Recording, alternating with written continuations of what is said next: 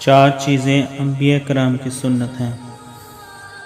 حضرت ابو ہریرہ رضی اللہ تعالی عنہ سے روایت ہے کہ رسول اللہ صلی اللہ تعالی علیہ وآلہ وسلم نے ارشاد فرمایا، چار چیزیں انبیاء کرام کی سنت ہیں۔